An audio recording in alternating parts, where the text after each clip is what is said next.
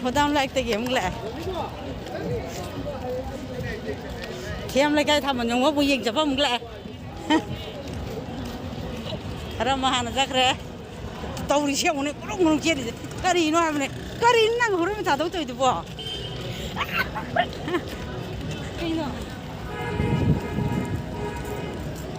นั่นดังไปตัวนี้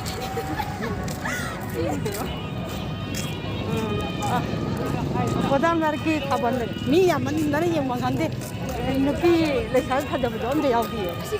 โอ้ยอาเชนเชนเนี่ยงานตัวสมาร์ทยังบ่ได้งานแกยาวดิเชนเนี่ยเราบ้างแต่ยาวเลยอาตุก้าคนจะทำวันตัวเงี้ยมาทำเดี๋ยวก็แหละนะ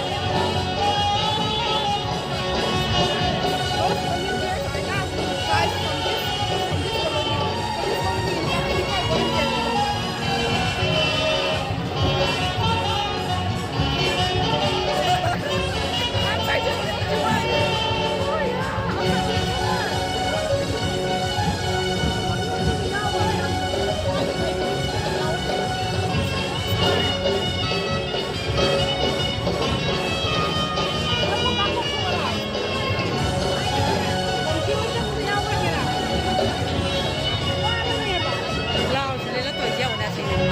ทำมาบ้าง